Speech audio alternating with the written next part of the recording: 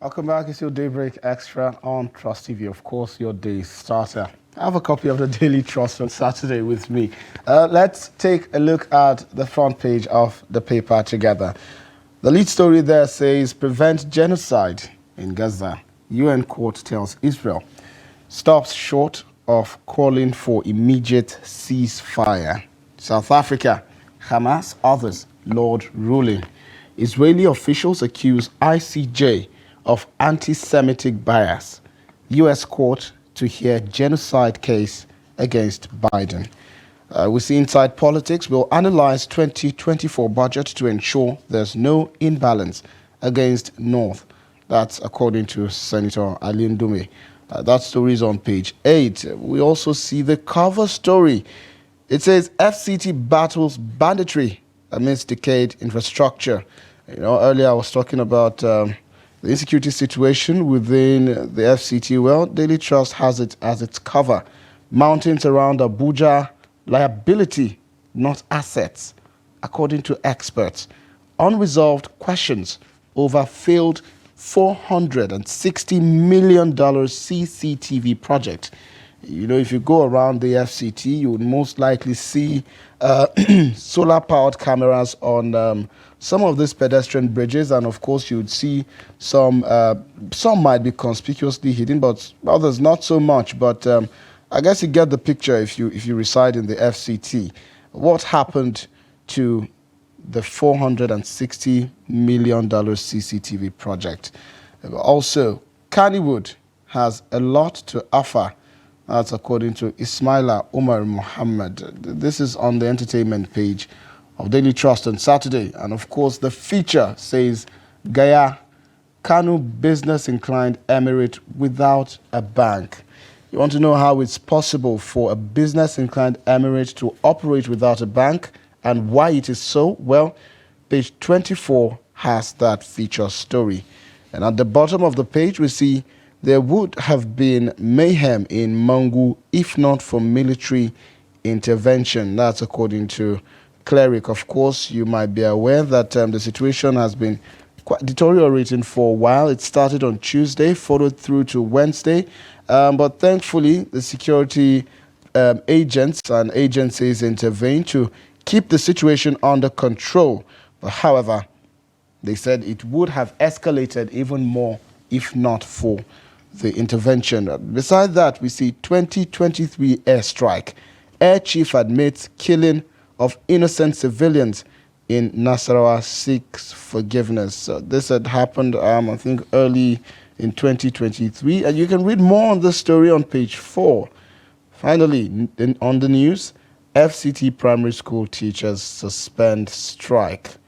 Well, these are some of the stories which is spread across the front page of the Daily Trust on Saturday. And as we review and check the headlines of other papers, we'll be delving into some interesting stories, in the Daily Trust. But before then, we have The Punch. It says, as its lead story, rape sentence. Church members say popular Lagos pastor framed conviction will be overturned. There are a couple of riders there. The rider says, pastors travail confirmation of devil's attack on church. But would one really say that? I mean, the pastor was convicted of, but then again, I mean, people are saying, they're saying that he's framed, so investigations. Indeed. There are a couple of other stories on the front page of the Punch newspaper. Let's look at the top of the page. The top of the page says 140 federal government appointees to assess ministers' performance. So I know a lot of Nigerians are looking forward to this because for the longest of time, the president has mentioned that he will not hesitate to fire non-performing ministers, and also the special advisor to the president on policy coordination, Hadiza Bala Usman, had stated during a retreat in Uyo, made the same statement that this time it's getting to 6 months since these ministers were appointed and inaugurated or sworn in. So, I mean, they should be ready for the first set of appraisals, upon meeting up with their KPIs. And Nigerians wait eagerly to see what the move of the president would be if a minister is scored low in performance. It says assessors drawn from 35 ministries, departments, and agencies. Also, there's billionaires banter. Otedola welcome to attempt corporate takeover. Dangote says, interesting story. That's page 15. There's an insert story. It says, Ondo 2024. Akeredolu's men may back ex-finance commissioner against Aiyedatiwa. Well, as the politics in Ondo gets more and more interesting following the unfortunate demise of the former governor, Rotimi Akeredolu. Besides that, we see worsening economic hardship fuels youth battle with depression and suicide. You see, this story has, it touched me really, because the economic situation is one that one would describe, a lot of Nigerians generally would describe as quite hard. And as a youth, it's even quite difficult for you because, there's pressures from the left, the right, and center. You're struggling to survive. You're struggling to keep up. There's peer pressure and quite a number of things. So, I mean, depression, suicide, abuse of drugs, these are some of the symptoms of the, impact of the economy. That is the hardship. But then again, AFCON, Eagles vow to devour Lions in last 16 clash. I look forward to this happening, Fatih. I see the excitement when you were saying, and again. Yes. Team Nigeria, I mean, I'll be adorning my jersey as I watch this match. I can imagine what you're going to and expectation to come out victorious. We really need to teach these Cameroonians a lesson. Honestly, they need to know who they are dealing with. They're not dealing with rookies. I like the spirit, saying that they're going to devour. Quite fired up. It's giving us the boost that, they're going to do something great. Yes, indeed. So, and at the bottom of the page, just on the belt, we see police comb Ogun Forest for abducted Lagos PDP chair as kidnappers demand 200 million naira ransom. That's it for the Punch newspaper. Okay, so let's quickly look at the Nation. The major story there says 15 escaped death in Ibadan air mishap. Private jet overshoots airport runway. NCC suspends Martini Airlines license. Authorities blame brake failure for incidents. You can find that story on page 2. And then Yahoo boy stabbed parents as magic soap fails to produce fortune. You can find that story on page 13. Now, Segiri, that's a sad one because, he stabbed his parents to death because of the, all these misconceptions about, rituals with the soap, making you rich and what have you. It's a scourge, honestly. And, well, I really would not want to say. Would you say it's the economic hardship that is actually putting them in this situation? It's really sad when you see situations like this where one decides in his mind or their minds that wealth is much better than the lives of another person. Let's not even go further to extend that to your parents. I mean, these are the people who bore you. They gave you life. They brought you to the world. But then again, in your list of priorities, you put wealth first before them. So it's really sad. It's for the wealth that you can sacrifice anything. And you're not going to go, with it at the end of the day. Again, he's found himself in trouble. He's been arrested. And hopefully he will face the full wrath of the law if found guilty. Because then again, I mean, it's a sad one. You can pick the Nation and go through that on page 13. Lagos bishop gets live jail for raping assistant pastor. You can find that story on page 2. AFCON Super Eagles Cameroon battle for quarterfinal tickets. You can find that story on page 31. And then above the belt, the river crisis. Assembly bars Fubara from appointing local government chairman, overrides governor's veto on 4 bills. You can find that story on page 4. Abductors demand 200 million to free Lagos PDP chair and others. You can find that story on page 3. And I think that's it for the nation this morning. Secure to the next page. Interesting. So let's go to Saturday Sun. For the Saturday Sun, well, the Saturday has got quite a busy front page today. Beside the masthead, we see Bishop bags life jail for raping assistant pastor. Also, we see below that, we see Afenifere, why we removed Adebanjo as acting leader. Well, I guess if you want to know why they did that, you would have to read page 28 of the Saturday Sun. They also say we'll meet to review decision. Adebanjo's camp has reacted to the removal of Pa Adebanjo as, of course, the leader of Afenifere. And beside that, we see MBF, Northern Elders fight over plateau killings.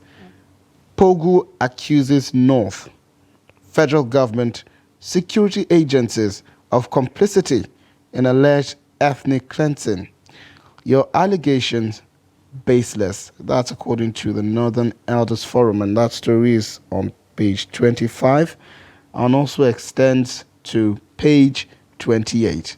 And for the lead story, confusion over PDP, Labour Party, NNPP merger plans. There's a writer there that says opposition parties divided on formation of coalition to challenge the APC. It's an interesting front page story. The story is on page 25. Below that, we see Ishak Akintola Idi Mirik. We voted Muslims to power, but Christians are the ones benefiting.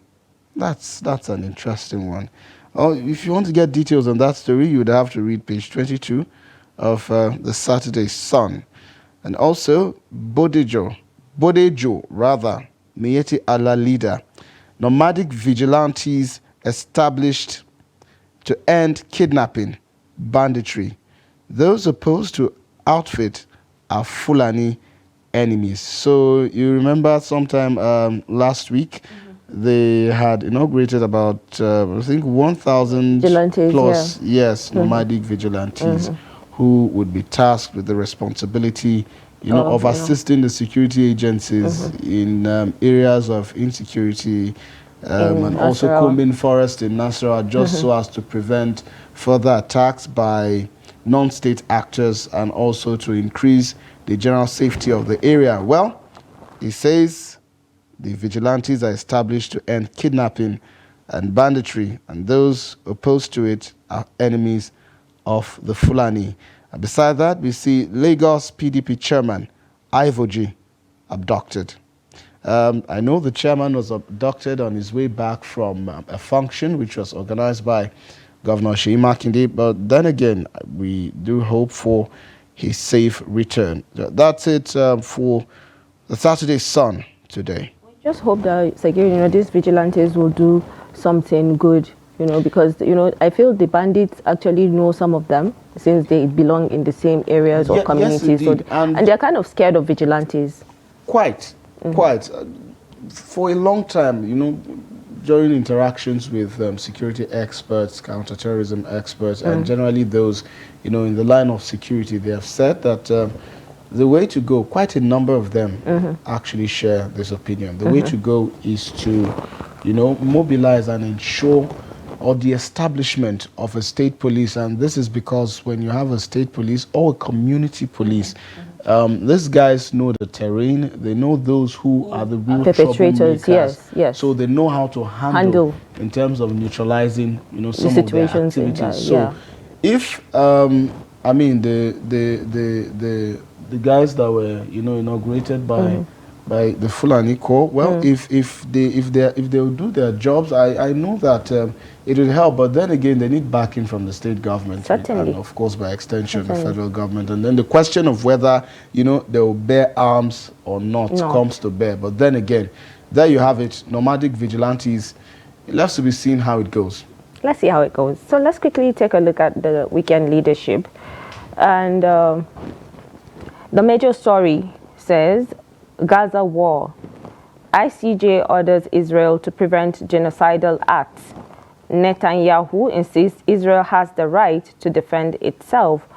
It's a decisive victory, Ramposa. You can find that story on page 4. And then NNPC rakes in records 8.8 trillion revenue in 2022. You can find that story on page 20. And then New Dawn, as second Ibra governor takes office in Kogi, from accidental governor to champion of minority rights.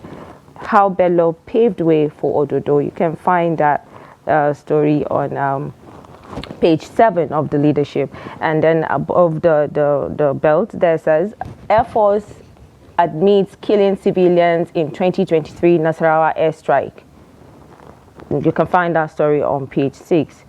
Supreme Court upholds Farouk Lawan's 5-year jail term. You can find that story on page 6. Now, Sagir, you just spoke about the state police and then, the vigilantes and the Air Force coming out to say that they're admitting that the killing of, some Nasarawa... Well, yes, it's one thing to admit, it's one thing to say, yes, we did this and we're sorry, but then again, it's another thing to take actions that shows that you feel remorse, and also to try to, while you cannot buy another life and while you can't bring back the dead, you can atone.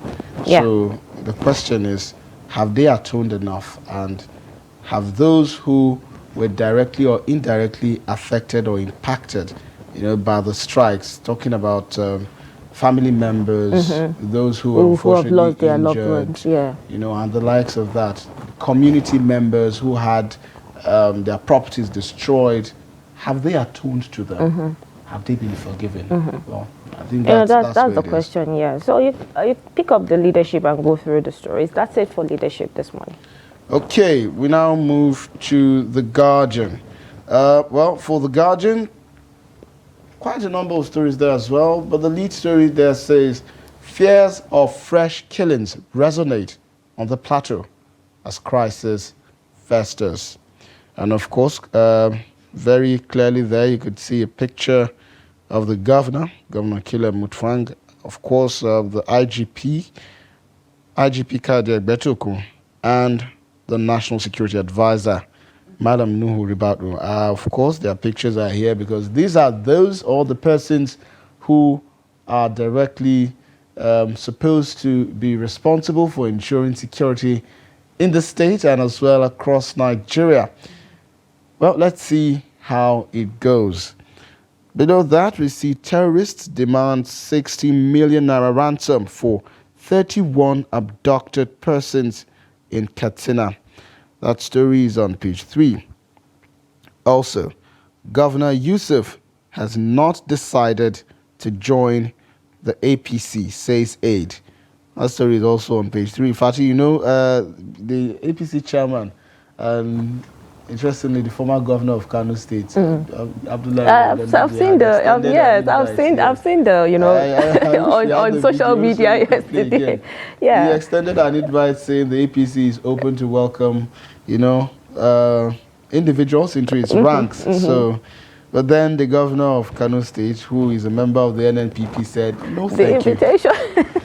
Then again, $500,000 OT bribe. Supreme Court upholds Farouk Lawan's 5-year jail term. This story is on page 3. It's been a long time coming indeed. I remember when this story first broke out a couple of years ago, and the controversies around the stories, especially, how the nature in which the video showed that he accepted or he collected this proceeds. Yeah. Well, can we say justice has been served? It has. It's been, like you said, it's been a long time coming. Yeah, it's been a long time. It's always great when you see, justice and, people that caught doing this kind of crime or corruption kind of thing, and they're actually. I guess Nigerians would say, well, good riddance, and that serves him right. And it's good that he's a politician, because there's this netizens saying that they are not always caught. Why is it? Exactly. But so now here is it. There's this feeling of that Nigerians hold that politicians get away with literally everything. That's exactly what I'm saying. Seeing that somebody got caught, but not just getting caught alone, he got caught and is also going to pay for what he did. This time, I know there's this feeling among Nigerians. They feel like, yes, I mean, for the first time, at least this would serve as a deterrent to quite a number of others who have engaged, or who are currently engaged, or who are planning to engage in activities such as this. But then there you have it. On the belt says 1 year after, Air Force apologizes for killing 27 in Nasarawa airstrike. That story is on page 29. But top of the page, we see, well, Saturday special reps University Council on warpath. What are they fighting about? 683 billion naira TET fund intervention in jeopardy as House Committee halts implementation. Read more on that story on page 24 and 25. And let's see how this goes and turns out. And for Guardian Women, Aisha Sani Mekudi, an inclusive workspace environment enhances women's career advancement. Quite an interesting headline. I look forward to reading this story. It's on the women page. Always every week there's this quote from a woman saying, a woman should do this, women should do that. And it's always encouraging, and I hope that it encourages other women to actually, but do something to push. No shades. The front page of the Daily Trust will always look better for me. Always. But you know that. Okay, now again. No, I mean, but let's not delve into the battle of beautiful cover pages. So that's it for the Guardian newspaper. So you earlier said we were going to take a look at some of them. Yes, let's have a look into the Daily Trust. I think we'll be starting with the numbers page. That's on page 3. Let's get to numbers. It says 975. That's the number of stranded Nigerians NEMA repatriated from Niger Republic in 2023. Also, 128 million naira worth of cannabis sativa naval officers of Beecroft intercepted at Ibejuleki waterfront in Lagos. And also 16 countries, including Nigeria, that qualified for knockout stage of ongoing Africa Cup of Nations in Cote d'Ivoire. And of course, today, Nigeria will be playing Cameroon. And there's no better time to be the excitement. The excitement. I'm wondering. I wasn't happy. Are you sure you're not going initially, to? I wasn't happy with their performance against Guinea-Bissau, but then, they did well. It was a good game. It was. They did well. So, 35,000 jobs, 620 billion naira domestic direct investment, 66 billion naira foreign direct investment. Nigeria gains from special economic zones in 2023. Well, that's it for the numbers page. Before we proceed, we'll go on a quick break. And when we return, we'll be serving you more on Daybreak Extra. Do stick around because, the conversation is far from over. Welcome back. This is Daybreak Extra on Trust TV. Let's continue with the review of the paper. We were on the numbers page, and I gave you a rundown of some quite interesting numbers. Now let's go to who said what, still on the numbers page. Who said what in the news? So far, 83 media workers have been killed in Gaza. The war in Gaza should be stopped. Majority of Nigerians want the carnage to stop. The two-state solution is important, but it has been on the table for more than 30 years. What is urgent is to stop the war in Gaza. I congratulate South Africa for the brave stand they have taken in this direction. I think our government should join them in other African states. That's according to Malam Kabiru Yusuf, the chairman of the Media Trust Group. He made this statement during the 21st Trust Dialogue, which held on the 25th of January here in Abuja. Also, we had proxies are owners of Nigeria's power sector. As of today, nobody can tell us who are owners of the power sector. The Tinubu government should look at this holistically for conscious plan to move Nigerians forward. I agree Nigeria was down when he came in, but the first three policies have inflicted more pains on Nigerians, and those injuries are painful, coupled with the cash crunch.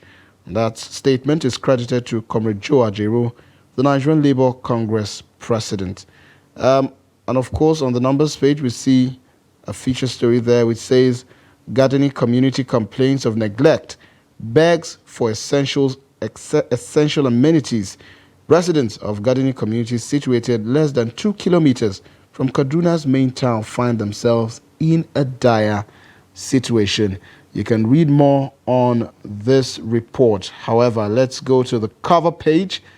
FCT battles banditry amidst decayed infrastructure.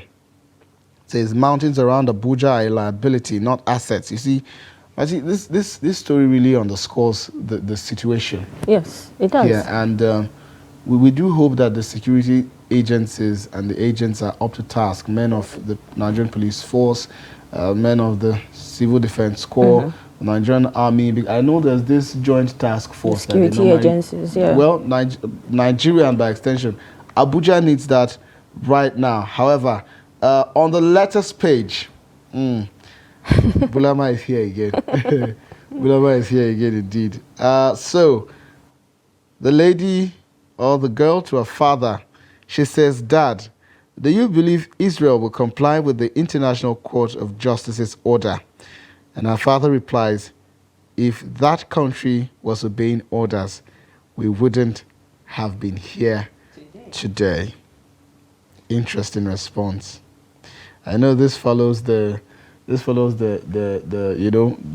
judgment, or would I say the stand of the International Court of Justice for Israel to prevent the situation from escalating into a genocide.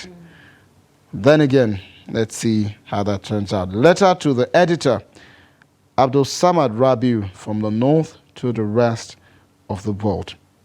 Besides that, kudos to Yobe for introducing optional Quranic memorization in public schools. And underneath that, we see FCT VIOs must be called to order.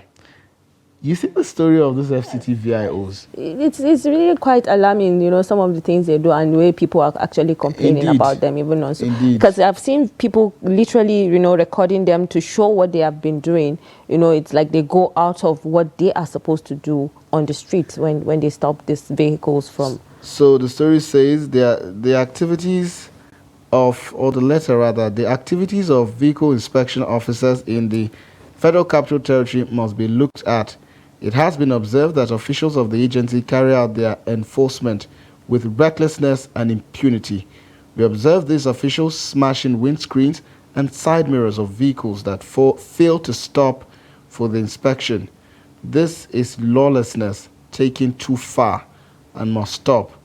Onogu Daniel wrote from Karu. And there's also this one. It says, elected leaders, it's time for work. Most of the cases arising from the last general election have been dispensed by the Apex Court, thus putting an end to litigation. It is therefore time for the real business of governance which the politicians were elected for or to offer. Nigerians will not take excuses from the president and governors. It's time to work. Ruben Ako wrote also from Karu, Nasarawa State. So, quite a lot of issues in the polity. I like the fact that Nigerians are actually, also encouraging our politicians, our leaders to do. Of course, yes. They ought to do so. I wish there was some kind of KPI mechanism that we could use to also assess, the governors. Dare I say the president. But then again, public opinion will always be public opinion because, I mean, the public will always be there to tell you if the president has performed or has not performed, depending on, you know, which side of the public, you know, you're asking, because, of course, you know, it could be subjected to bias. But then again, we do hope that the president and the governors perform up to expectation because, of course, Nigerians and the generality of Nigeria will be the ones who have to bear the brunt if our elected leaders fail to comply. Well, that's it. And finally, let's go to the sports page. 2023 AFCON. Eliminated. We see a picture of Maris there in Algeria. There's Ghana, Tunisia, and Zambia. Sacked. Well, a couple of coaches have been sacked for their lack of performance, or do I say poor performance, in the AFCON. Well, there you have it. Besides that, we see Salah to do everything possible to return to AFCON. And there's a quote there which says, "I started the treatment and rehabilitation program, and I will do everything possible to be ready as soon as possible and return to the national team as was agreed upon from the beginning." This statement is credited to Mo Salah of Egypt. And besides that, we see AFCON enters knockout rounds with mouth-watering fixtures. Senegal's inspirational player Sadio Mane with the AFCON trophy in Teranga Lions. The Teranga Lions won in 2021. Yes, they should keep that trophy warm for Nigeria because, I mean, we're coming to take it. We didn't come here to play. But that was on a lighter note. And that's it for the newspaper review this morning. What next, Fatih? So, you know, we will go to the phone line conversations, which we always, you know, look up to. And it's always fun. Yes. Well, I'm here today. I really look forward to having some of this fun. Believe me, it's that time that we've always been waiting for. So the best segment of the program. One of the best, actually. You know, and we've gotten feedbacks from people saying how, you know, interesting it is.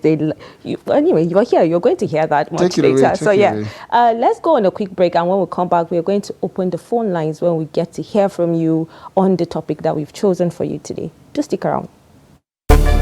What NAFDAC is doing is making sure we are safeguarding the health of the nation. 80 million people have been accounted for that have glaucoma worldwide. The Nutrition Society of Nigeria is laying emphasis on exclusive breastfeeding of our babies. Incidence of kidney disease in children has also been rising, with an estimated 1 in 10 Nigerian children affected. And that sometimes those products contain things that could harm you more than you would expect. So you would have long-term damage which could affect your health over time. Intermittent fasting indeed is beneficial.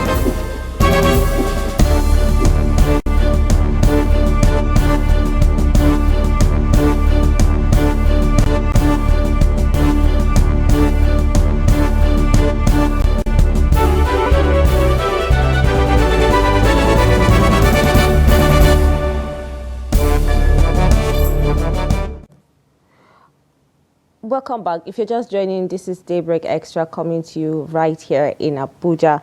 And it's that time that we all have been waiting for, and including you, you know, the phone line segment where we get to interact, hear from you, you know, your views on the topic that we have chosen, like I earlier said before we went on the break. And we want to look at favoritism in the family. You know, parents always have this way of choosing their favorite children in a family, and it has a way of affecting some of them in the cycle. So dealing with favoritism in a family can be challenging. Open communication and addressing certain concerns may foster more equitable environment.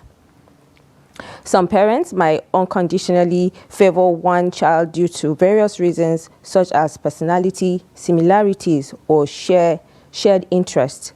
This can impact other children, leading to feelings of neglect or rivalry, potentially affecting self-esteem and family dynamics. So, Sagir, you know, favoritism has a way of, you know, taking a toll on some of the children in a family. When the parent says, "Oh, this is my favorite child," even if you don't say it, you know, your actions will show that you've chosen one child or two to be your favorite. What do you think about this? So, so this issue of, I see you want to open a can of worms. We're choosing to banter on favoritism today, but well, it left to be seen. I'm supposed to be a moderator here, which means to a large extent my so you're going to be. Are you going to be against or for? No. Well, you can't be for favoritism, especially in the family. It would mean you're, supporting something that a lot of people would consider to be evil. Because I mean, but then again, parents are human beings, and all human beings, like we know, are not without fault.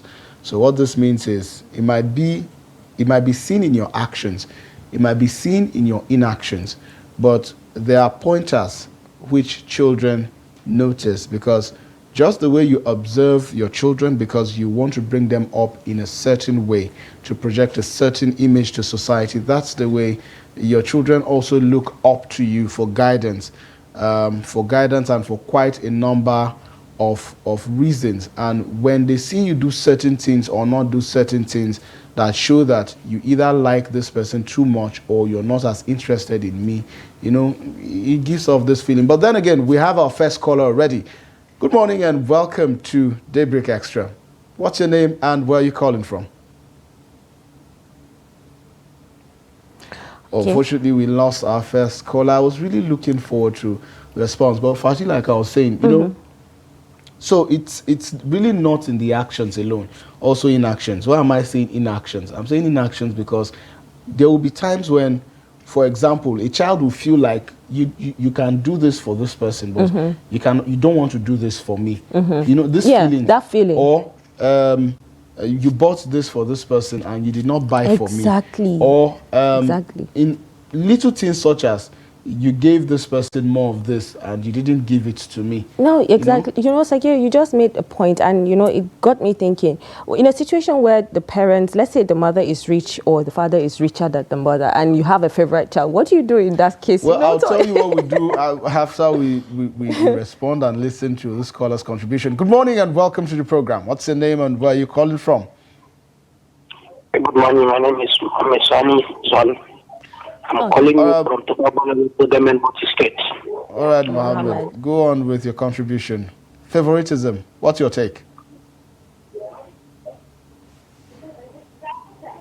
Go on, Mohammed. We can hear you. Mohammed, can you please lower the volume of your TV set so we hear you clearly? We're really looking forward to hear your contributions.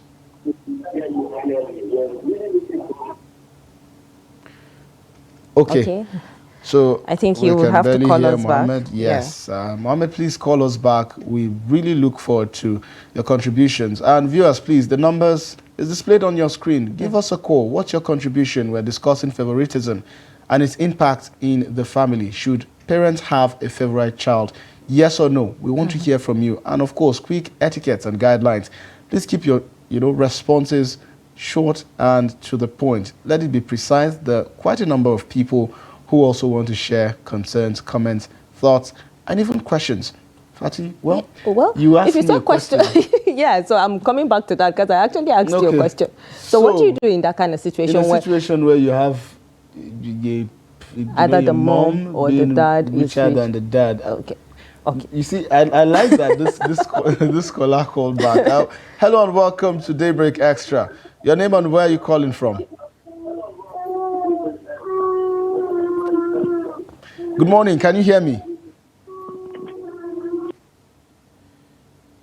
Okay, so I think they'll have to call us back again. Please call us back. We look forward to hearing from you. It's a topical issue. It's okay to disagree or agree. Well, it's opinion that we're sharing. We really look forward to hearing and learning and benefiting from you, our viewers. So, and then let's also not forget to say that, you can, if you have gone through this kind of experience or you've experienced the favoritism in the family, you can share your experience. But then let's take this one. Hello, good morning. Welcome to the program. What's your name and where are you calling from? Well, I think the network is doing something quite shady. Because, I think so we've too, lost you know. 4 callers just this morning in the space of 5 minutes. I mean, and you can send us WhatsApp please messages. send us well. WhatsApp messages. This network is trying to steal our shine and steal your shine.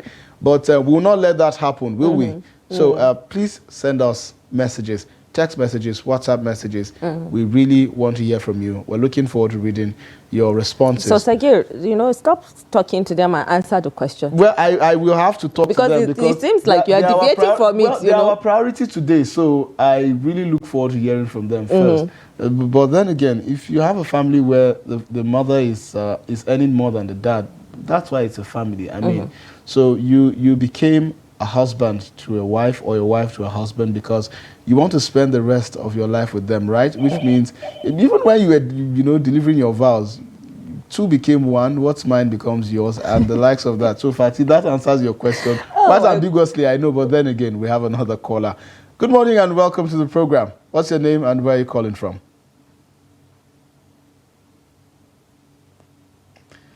Morning. Can you hear me?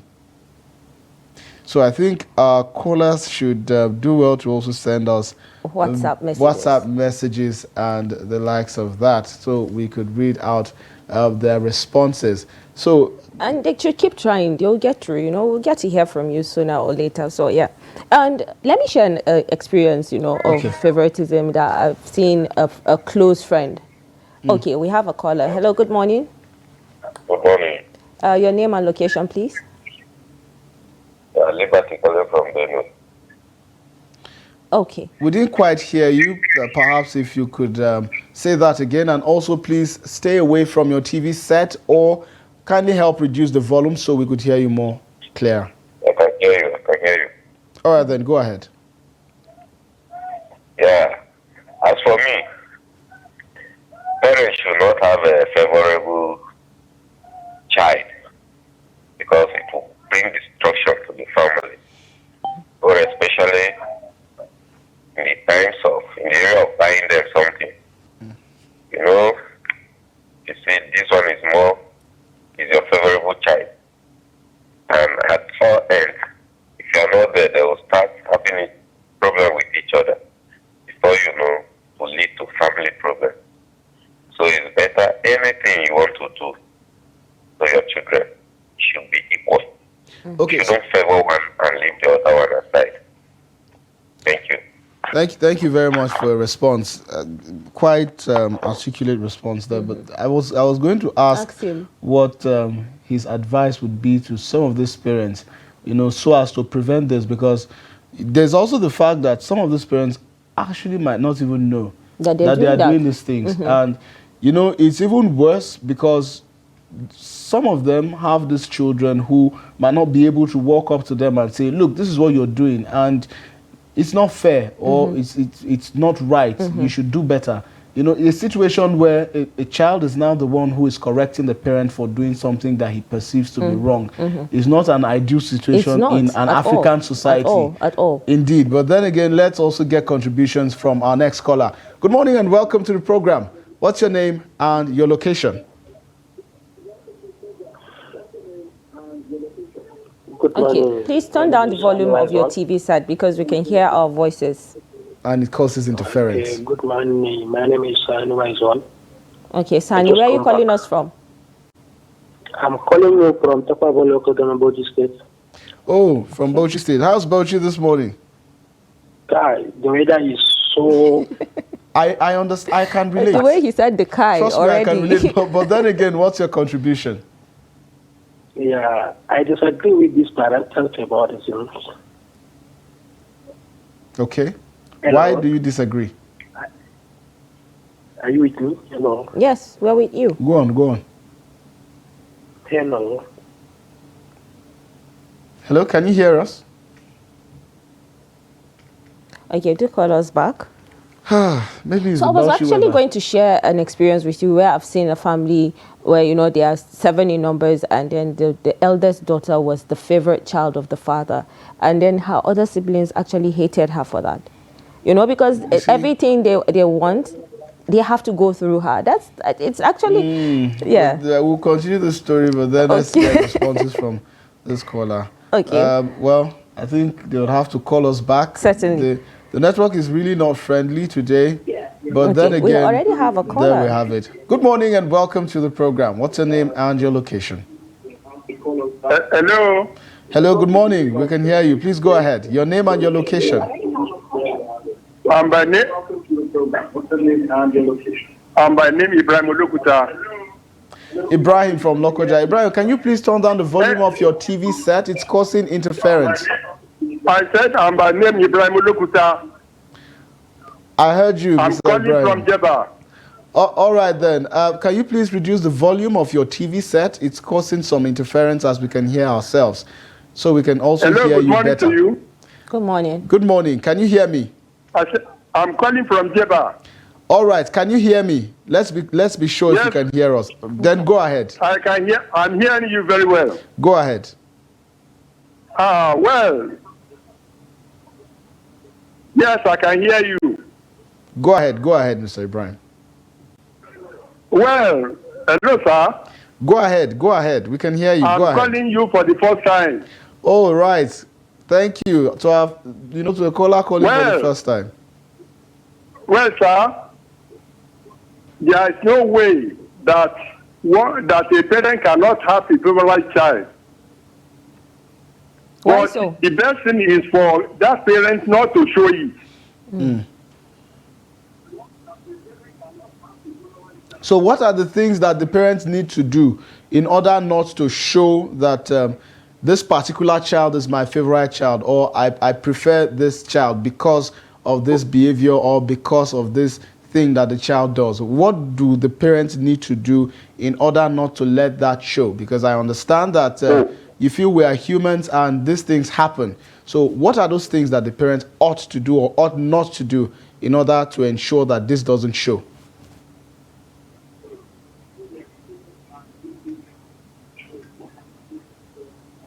Can you hear me, Mr. Ibrahim? I'm hearing you. Okay, so I was asking you what you said. Your response was it's not possible for what a parent needs to do is that parent needs to discipline the children.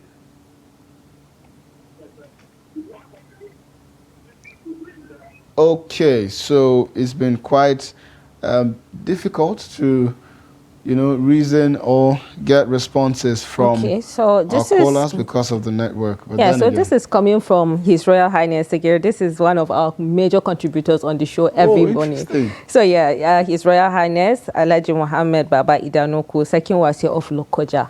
Wow. Yeah, so he is a diplomat, and we're going to go to that. He said, good morning, Trust TV. Trust you all are doing great. The topic of matter, parent favoritism, or when one child is treated differently or more positively than another, can have a number of negative effects on the children involved. It can lead to feelings of resentment, anger, and jealousy in the child who is not favored, as well as feeling of guilt and inadequacy in the favored child.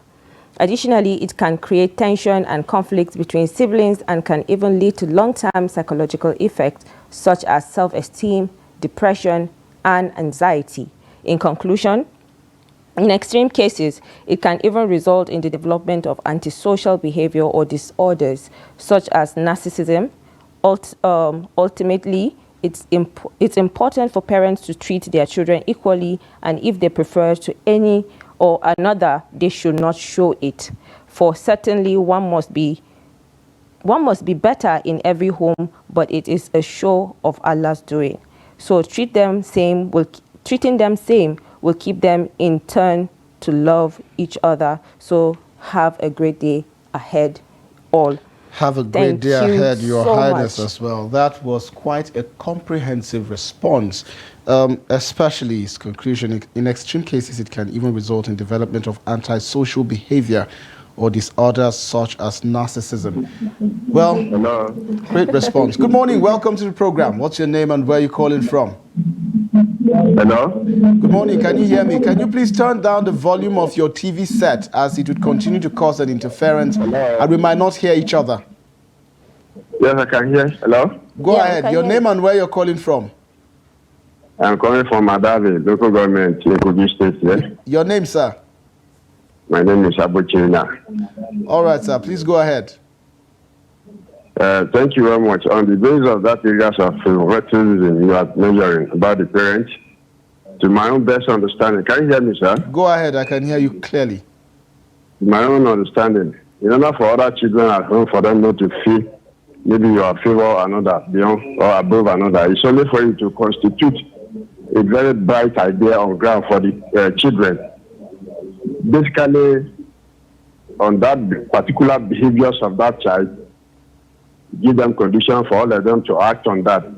Simply because you have found that good character on one child among your children as well, for them to behave that, and whoever could be able to put those things in place, you will favor him by motivating him in order to gear all of them up, their mind to do good in the way you want them to act.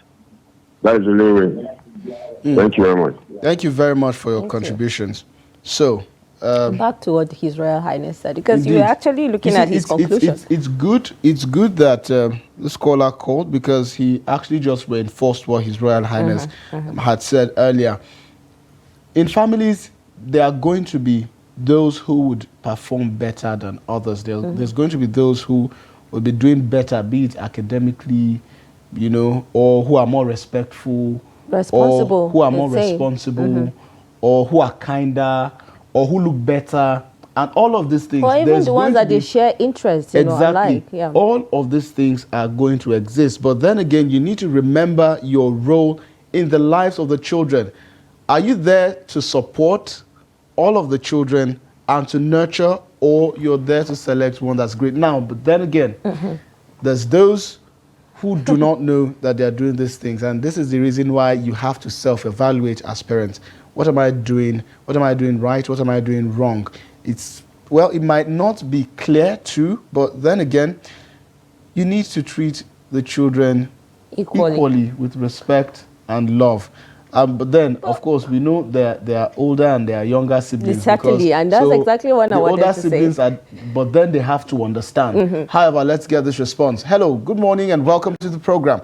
What's your name and where are you calling from? Hello. Hello, good morning. Good morning. Can you hear me? Hello. We can yes, hear go you. ahead. Go ahead. Your name and your location. My name is Issa. I'm calling from Plateau State. All right. Bokos local government. All right, Issa from Bokos. What's your contribution?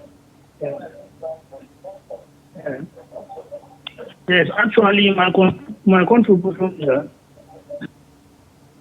Go ahead, Issa. We can hear you.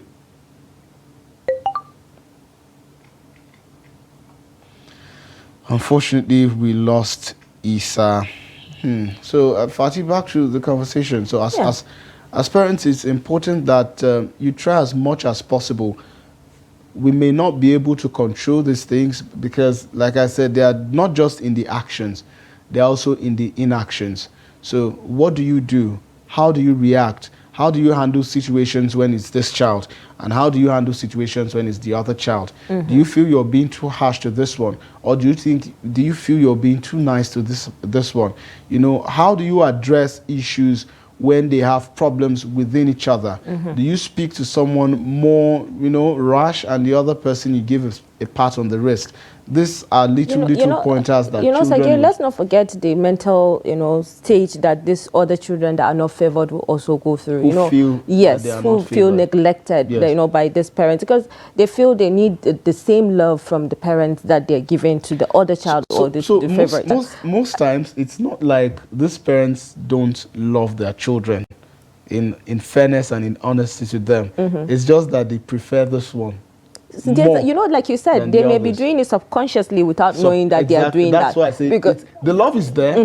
They love all of their children. Of course, they'll protect their children like the mother hen. But then, when it comes to this particular one, it's a no-go area. This is special to me. And there are other people that say corruption starts from there as well. Well, hello. Good morning. Welcome to the program. Your name and your location.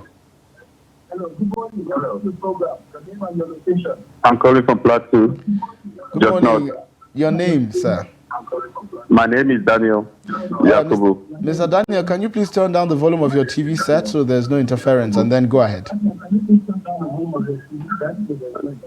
Okay, is that one of the things I want to contribute in this section is that one, some parents are favoring others because of one is the attitude of the children.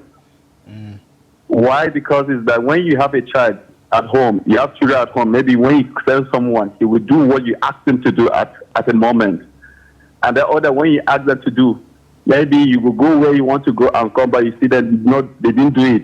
So that's what makes some parents at times favor others, and then look at others. Others too, they will be looking at it as if they didn't even love them, which is very bad. But another hand is that what some parents are doing that is to challenge others so that they can able to pick up their responsibility.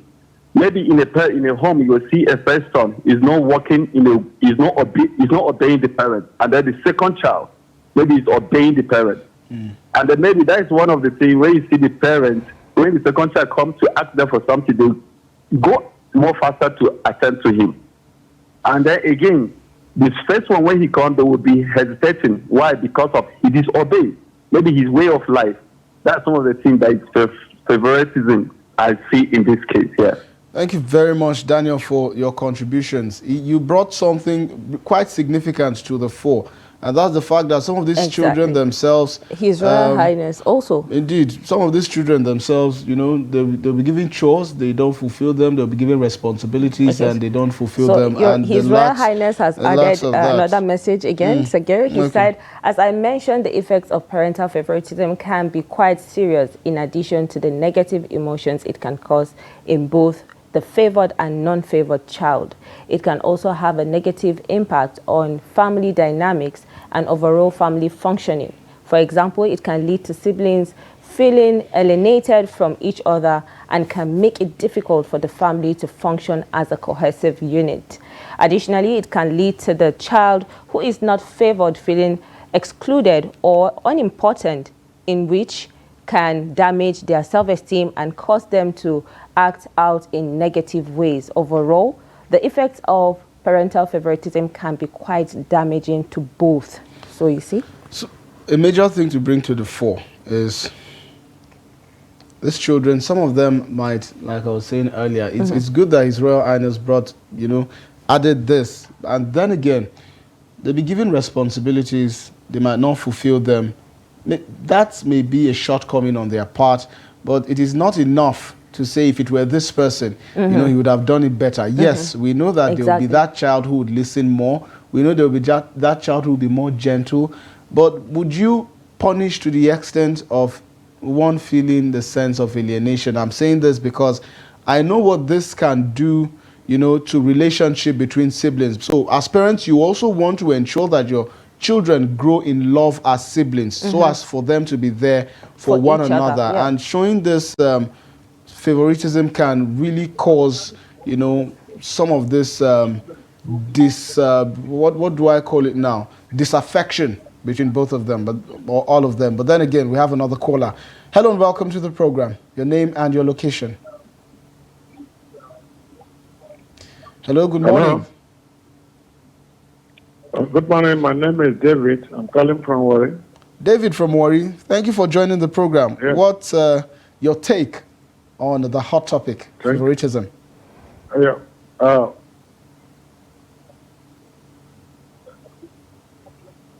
David, we can hear you if you would proceed. Can you hear me? Yes, please. Proceed, David. Okay, let me, I want to underline some concept there. One, favoritism cannot be avoided. It's a natural phenomenon.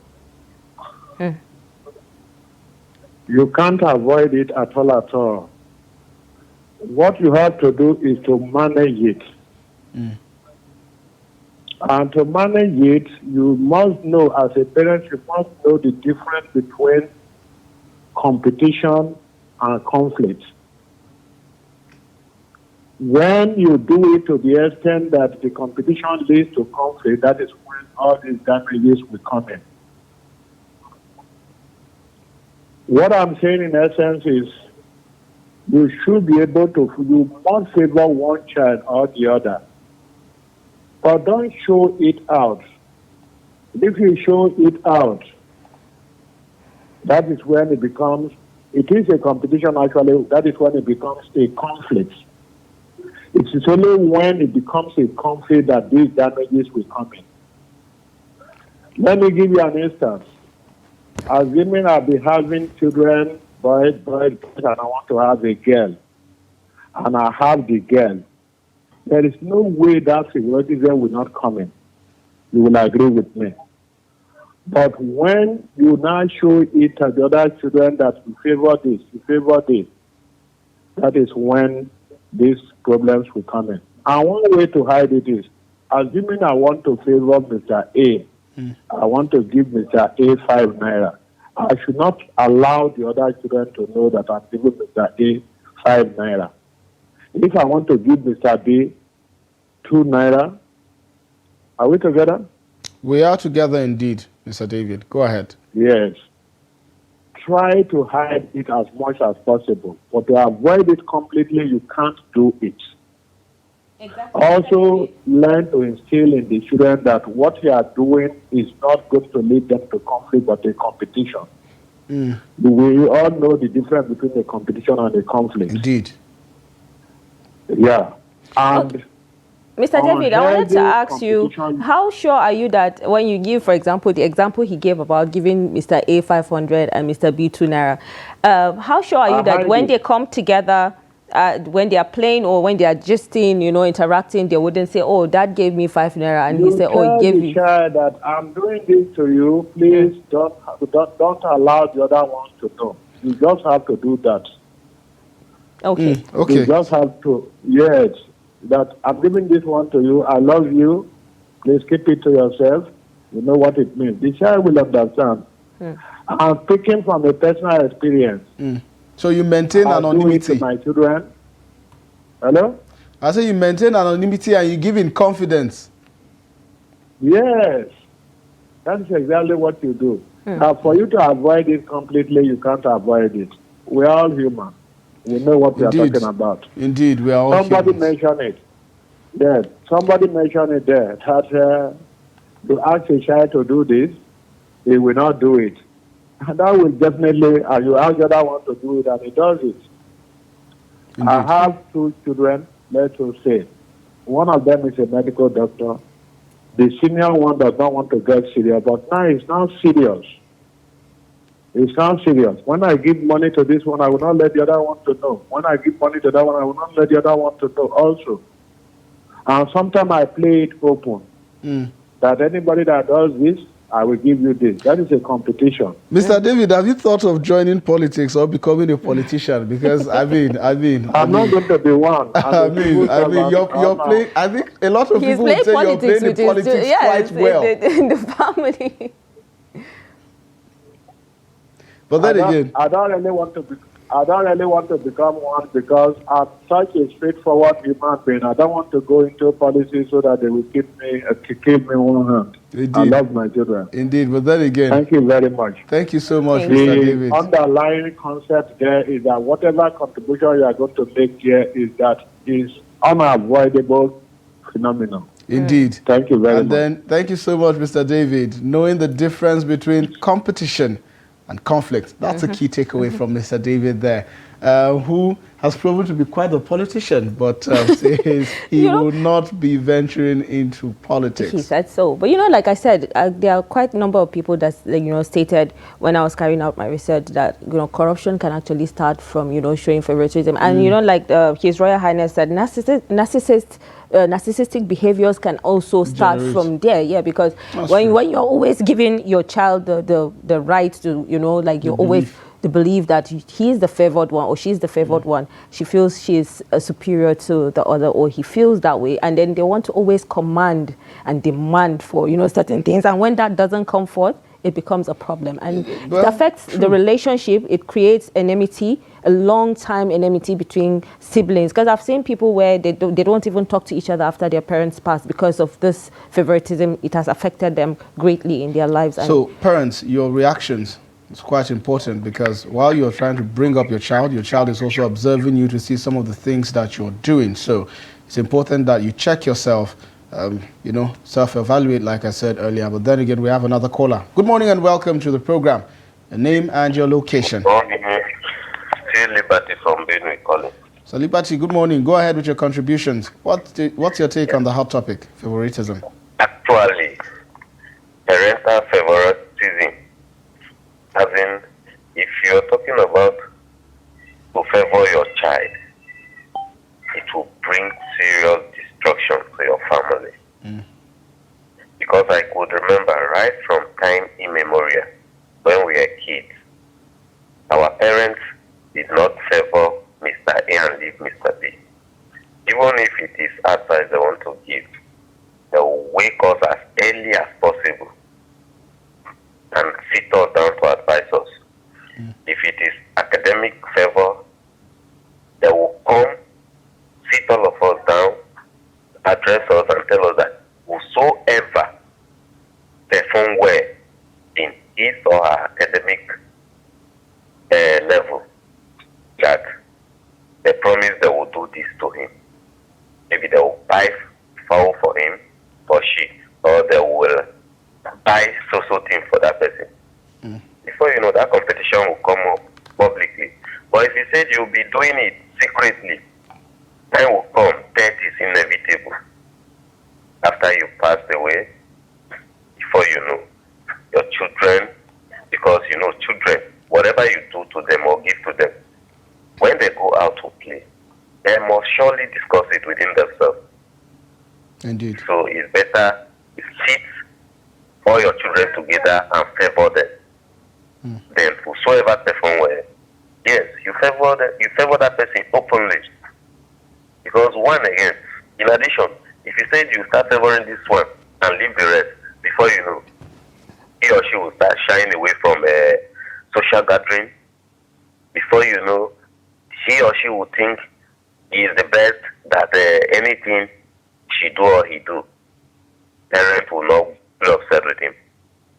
So I advise each and every parent to favor all their children, not to discriminate and say, yes, this one is more educated or this one is the one that go for errands most. Thank you. Thank you so much for your contribution. Thank you so much indeed. Well, viewers, unfortunately, that's the much we can take in terms of contributions into the program. The hot topic has been favoritism and its underlying impact or effects on the family. Well, we understand that what might work for one might not work for all. But then again, the most important thing in this situation is ensuring that all your children feel loved, very loved, equally, and punish one the same way you would punish all if they err. And like Mr. David said, if you want to give money, perhaps you should do it in confidence, or if you want to give gifts and the likes of that, do it in confidence, because if you know that if the others know, they'll feel some type of way, well, it's up to you as a parent to use the best means possible among your nurturing skills to ensure that they do not feel that way. But then again, it's been lovely hearing your contributions, your thoughts and your comments on the topic, favoritism and its impact. We'll now be going on a break, and when we return, we'll serve you more. Welcome back to the program. It's your Daybreak Extra on Trust TV. Now to another segment of the program. Tabletop games provide a unique and social form of entertainment, fostering face-to-face interaction, strategic thinking and creativity, while they offer a break from screen-based activities and create a shared experience among players. Tabletop games contribute to a positive and enjoyable environment, reinforcing relationships and many more. We have in the studio with us Kenechukwu Cornelius Obuagu. He's a tabletop game designer. I can say particularly that he's no amateur in the field of tabletop games creation. And of course, this is not his first rodeo on the Daybreak Extra. Kenechukwu, it's been how long? 2 years? 2 years, yes. Since we last had you on the program. That's really nice to be. You're looking sharp. Thank you. You're looking sharp indeed. Thank you. I love the color. Thank you. So, bring us up to speed. What's been going on? Quite a lot has been happening globally and obviously in Nigeria as well. First, I want to, it's always good to unveil like tabletop games It's about board games, card games, role play games, dice game, and miniature games, so people could follow along. So a lot has been happening in Nigeria. There are new designers springing forth. There are new game masters, game nights. People are willing to recognize, like you said, leaving their screen time to focus on socialization, interacting with other humans and having that good time. So yes. So since the last time we spoke, you're saying there's been some sort of an improvement in the way things used to be. Yes. Till now. Yes. Like we agreed the last time, 2020 was an eye-opener. So people saw that, whoa, so the world could actually come to a standstill, and they had to go back to, what else do we have that can bring us together? Regular communal activities. Yes, exactly. And that has become a surge. And in Nigeria, I know of conventions that have now spread for, like we started one in Abuja, but Lagos has started as well. Enugu has started. Oh, wow. Yes. Right. Port Harcourt have started. Kano is still, Nasarawa has boomed. Like I've attended Nasarawa's events over the years, so people have started recognizing that, this can happen, and like it has gone beyond the old classic games like Monopoly, chess, Scrabble. People are beginning to recognize, and like I said, new Nigerian designers are coming up, like so many. I can't give the exact number, but as a company, we made games for 4 different designers, right? And together they produced 13 new games. Interesting. Yes. Very interesting. So it's growing. So, Sagiri, from the last appearance, I think we should take a look at this video of Kenechukwu from his last interview, and then let's see what he has said and what he is going to tell us today. So let's take a look. While we're looking at a means of curing boredom, another thing that's supposed to be on the table, of course, is education, because we know that a lot of kids also they go after these games, and while the PlayStations, the Xboxes, the Nintendos of our generation are there, parents are also looking for games that are as educative and can impact knowledge, games that they know that when you play, you don't just leave the games with fun and excitement, you also leave with something in the head. So does your games capture education as well? Yes, I completely agree with you. First, I believe that every child has the right to play. There was a time that if you're playing, you get spanked, like, why are you playing? Or if you're playing, and there are the stereotypes surrounding the games we already have, like, if you're playing chess, that means you're brilliant. So if a child feels like they're not brilliant, they don't like chess anymore. Or if you're playing dice, you're a gambler. If you're playing draft, you're wayward. There are stereotypes. But games do so much more than fun, like you said. And yes, I've designed games that are particularly for improving certain learning outcomes. So we have a game on geography. Last year, we partnered with an organization to design games that help to raise awareness of risk and disaster mitigation for children in Benue State and in some parts of Abuja as well. We also worked with IOM in 2020, just before the lockdown, to design a game to help raise awareness for children on migration issues around West Africa. And when I was working with my former organization before I resigned in 2019 to do this full time, we did games to help increase awareness on SDGs. Wait, sorry to cut you short. You resigned to do this full time? Yes, everybody thought I was mad. Like everybody, I still had my contract, and it was a high pay. I mean, a work that has taken me to 6 different countries, and I was pulling out to do this full time. Yes, because the opportunity is enormous. So we've worked on games to help improve learning on literacy and numeracy. And like you said, parents want their children to reduce screen time and socialize, and games, board games, tabletop games, like you've mentioned, do that a lot. You play a game and you don't even know you're learning those things, so you're not forced to learn. And that's what games bring in. Like, it enthusiastically engages your emotions. You want to having fun. Exactly, you want to win, and if it means to partner with someone to win, you will do that. Like, if you want to win, and if it means building strategy or waiting for the long game, you will do that, and you won't know you're even learning. Even things as simple as waiting for your turn is something games do. It teaches you patience. Yes, because you can't play before the next person. So those are things games do. All right, so can you tell us a bit about the African Board Games Convention? That's AFCON. You're the founder. What's it all about? And is it an annual event, or So APCON is actually a build-up to a lot of stuff. I'll just quickly summarize them. So when in 2015, when I felt that, okay, this is a huge thing to do, I started looking for places where I could design. So that was the first task. And fortunately, I was in Lagos. So, well, that was me in 2022, and that was Kenechukwu as well in 2022. It's 2021, not 2022. Well, it's quite hazy for me right you want now. To say that from 1 year, it changes the one that we are seeing. Have I changed much? It's left to the viewers, but then again, Mr. Kenechukwu, it's been a long time. It has. And at the time you had quit your job to do this full time. I do not regret that decision. Really? Yes. So tell us why. Because like I said earlier, I've seen the growth. The process is a beautiful process. Obviously, there are down times, but when you're in something you love to do, and Kenechukwu, you've made a lot of money. Obviously, because to say he doesn't regret. You've made a lot of money. When you're doing what you love and you're relaxing and you're fulfilling your purpose, you know this is what you're called to do. You know, I get calls, and I'm saying this with all humility, but those are facts. I get calls and people say, thank you for what you do. And I understand from their perspective, because there was a time in last year was more than 10 years I designed my first game. So from 2013 to 2015, I trekked a lot of places looking for people to do what we're currently doing right now. You know, and it was so frustrating, and I couldn't find, and I had to go online, go to YouTube, start learning videos. And so we are solving problems for those people. And people call up and say, don't stop. And I know how difficult it is, you know, the climate and every other thing, and you know trying to trailblaze in a new industry.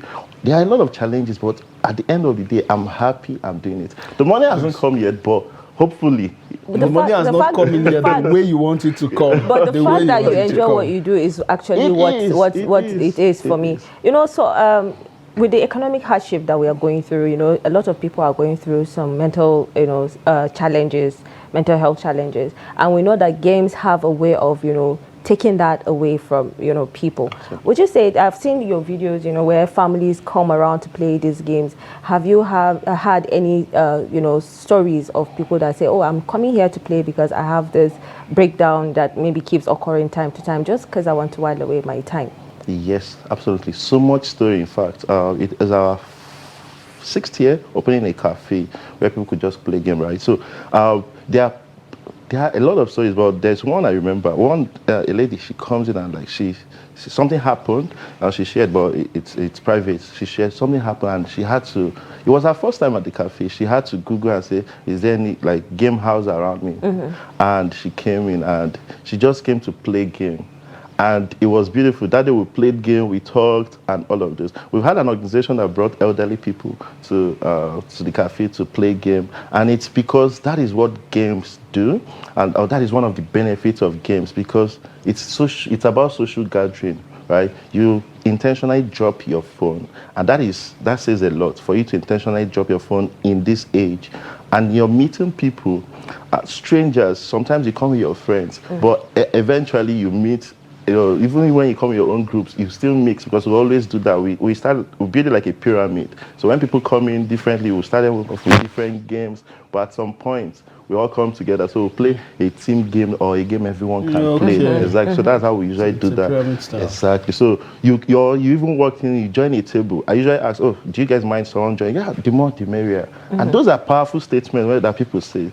And once you come in, at first you're stiff, you don't want to mind yourself, but after the first game, it start to open up. Yes, it becomes peaceful, and that is what I was reading something some days ago, and usually we post things about benefits of games, and I started seeing an angle where the actual hormones playing games help you release, and those hormones are things like oxytocin, serotonin. Those are hormones that when you attend a game night, practical example, and you play a game with a bunch of people, and after the game night, you get so excited, like, oh, you start talking about game has ended. A lovely night. Exactly, you start talking how lovely that night is, and you start talking about something you could have done, and this would have happened. And you're like, oh, I need to do this again. Oh, yes, or something that someone else could have done, and but game has ended. I totally relate. I totally relate, especially when I lose. Oh my! Because he has been talking about Nigeria playing football today, I want to come back. Yes.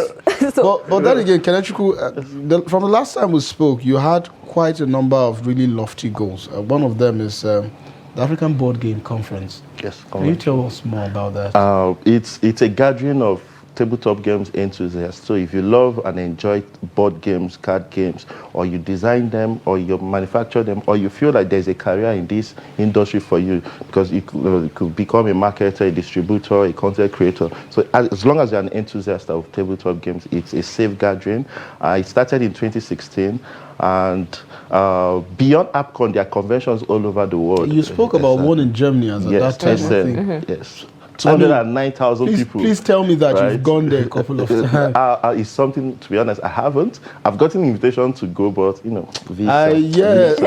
Well, it's good. It's good that, first of all, you have been identified and an invitation has been extended. Yes. It shows how much progress that Nigerians can make, especially in the business climate that we have. Yes. But then again, what would you say is the most fulfilling for you doing what you do? I mean, you quit your job to do all of this, so there has to be that particular thing that keeps you going, that driver. What is it? It's solving problems. It's solving problems. We live in a country where, you've seen the facts, we've seen the realities. We need other sources of income, all right? We need to create industries. And as a country, we are super creative. We are super creative. Well, it's I don't know how. It didn't come once. It's a lot of conversation processes, but I know I have something that can grow, be way beyond me, way beyond myself. And that solving problem has created a ripple change where other people now are solving other people's problem, and it keeps going that way. So a practical example is you have a game idea, and we start talking. And instead of going to start learning all the things, the experiences I had together all over the years, I could just say, oh, do this, do that. And I've given you that value. And your own value is you want to create your game that will give the player that will be buying it and playing it their own value. And like I said, there's now a whole lot of value chain where you could just, come play. And there's this interesting thing I forgot to say about playing games, especially for elderly people. It stops dementia. You know how if we are all playing game right now, and I'm building my own strategy in my mind, you're also building your own strategy. I cannot forget that strategy until I execute it. Right? Exactly. You must be joking. And I'm also hoping that you do something. Indeed. So that you can I'm anticipating. So I'm starving them. So it's just one that probably forgets a lot. But if they are playing game, they will not forget. They will not forget. Yes. You're enthusiastically engaged. Your emotions, everything is there. You are invested. Yes. I've seen a couple of people go through. Like there are people that cannot talk, but when they open their mouth, they can sing. Because they are actually competing in their head. So would you say that, tabletop games have a unique way of strengthening relationships compared to other games? Because, every game is important. Thank you so much for this question. Because before you came in, we were actually talking about favoritism, especially in families. So would you say, for example, tabletop games would be one of those cements that you use to unite families more, especially siblings? Absolutely. I would. It's one of the things we preach about. In fact, we have a category of game called family games. Interesting. Right? It's a global language. I'm looking for, the way you say I'm looking for strategy games or dice games or role-playing games, you can also say, oh, do you guys have family games? Now, family games are games where it does not favor the most brilliant. So the rules are rules anyone can understand. It's quite tricky. Yes. So it's not a game that you have to be, your IQ has to be high. Because if you do that, that means some children might not want to play. Even some parents the most intelligent will always Exactly. So there are family games, and it encourages that family unity. Anyone can win. Your 6-year-old can win exactly, even when they are playing on super level ground. So not the kind of games where, because the adults will have to downplay their intelligence so that the younger ones will know. So there are family games that encourage that unity, no favoritism, you're just playing. And some of the characteristics of this family game is that there is a bit of high level of luck. there's still the strategy, but there's also luck. You might strategize all you want, and then once Strategy something without luck, it's not enough. Exactly, and it shifts the game. Well, great work you're doing. Great work. Okay. I think, but then again, you know, there are a couple of things that one would need to bear into consideration to have a successful business empire, you know, as in the case may be. One of them is, of course, having drive, having a strategy, having a business that you could, you know, build upon. Another is having money. It's one of the most important, finance. And in order to get this, you need investors from the private sector, from the public sector as well, if you get them. But also, more importantly, you need the buy-in of the government in terms of favorable policies, you know, that would help this industry, because it is an industry and it should thrive for the sake of our own happiness, for the sake of building unity and communal relationships among Nigerians. So, how would you rate the responses and the reactions of investors, not just private and public, but also the activities of government to make this space, your space, more conducive for you to do business, especially, you know, in a multifaceted business environment like Nigeria's?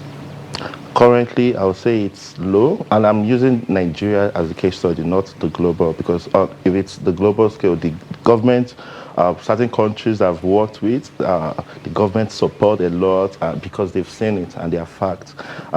In Nigeria, it's not the case yet, and I think it's primarily about information. And that's one of the things we could only do so much, and it's a slow movement, but it's moving. It's slow because not much people outside Abuja and Lagos and some of these states I've mentioned earlier know more about this. And there is a lot of stereotype around tabletop games. So those stereotypes are first in things we want to fight, with things we are currently fighting. We tell people, when you mention game night, we don't want people to think drinking games or games where you have to do things you're not comfortable to do. There are a lot of games you can still play, just like I mentioned, family games. So we want to first put out this information so people start unlearning a lot of stuff. Dice game does not mean that you're a gambler. Card game does not mean that you're gambling what? You know, and playing game does not mean you have to be super smart, super intelligent, most intelligent for you to win. So those are things that we are breaking, and it's working. New people are coming in, the convention is working, cafes are sprouting out from different places, and there was an attempt to go to the bank, but it was dead on arrival anyway. But so these little things are what we are putting on ground, that people become aware of the industry. And then there also talks about starting an association, because people have started in different states, and we're talking about making a national association. Exactly. So where you could support each other. Exactly. Share knowledge, share ideas, and then share contacts. Share resources. And as well, go to like Ministry of Creative Economy and all of them too. Thank God we now have one. Thank God we have one. It's very important, because the creative industry the creative mind in this country is crazy. Well, you know, any kind of game, you know, has a way of exposing people. You know, it has a way of improving teamwork, you know, building and bonding, you know, people together. Do you have any experience or any, you know, organization calling you to set up a game for their staff to, you know, unwind? Because it's really important when you are dumbfounded or you're overwhelmed with work, and you have a particular game that maybe in a workspace you can play and, you know, forget about your problems, because that's what other people do. So are there games that are specifically designed, that maybe you've designed just for team bonding or building team together? Yes, there are quite a lot of games. So last year, over the years, since the last time, there has been so much. People want to now play games. People, especially in Abuja and in Lagos, people want to play games. I have game masters. We have game masters that we also share like experiences. Where have you gone? Organizations now I know organizations that have game shelves. They bought our games, not one game, like they have up to 10 games. Stacks of them in bulk, and every Friday they play, and then once a year or during their team building, they invite us, and then we host their games, and then staffs among them, maybe someone who had been to the cafe and now hosting a birthday, also bring their staffs. But we'll have conscious efforts where either the country director or the manager or the enjoyment manager of an organization will either bring them to the cafe or take the cafe to their office. Because you know, if there are staff that are not talking, game can actually, you know, kind of build that relationship back again. What I picture out of that conversation is the enjoyment manager, which I would like to become. But that's on the lighter note. Yes, that's you've done quite well for yourself, I must say, and I really do wish you all the best as you continue to innovate in this space that seems to be quite new, you know, especially in the Nigerian society. It's been lovely having this conversation with you, and I do hope that in sooner than later we'll meet again. Definitely. And you tell me that they invited you to Germany. Yes, so you're pondering on Germany. Yes, well, that's the much we can take on the program. I hope you had fun. I hope you learned one or two. We talked about board games and how it could boost communal relationships. We also spoke about favoritism and its underlying impact in family, union, and ties. It's been a lovely 2 hours of the program. I had fun. I hope you did. Until next time, I'm Sagir Ibrahim. And I am Fatima Ahmed Musa.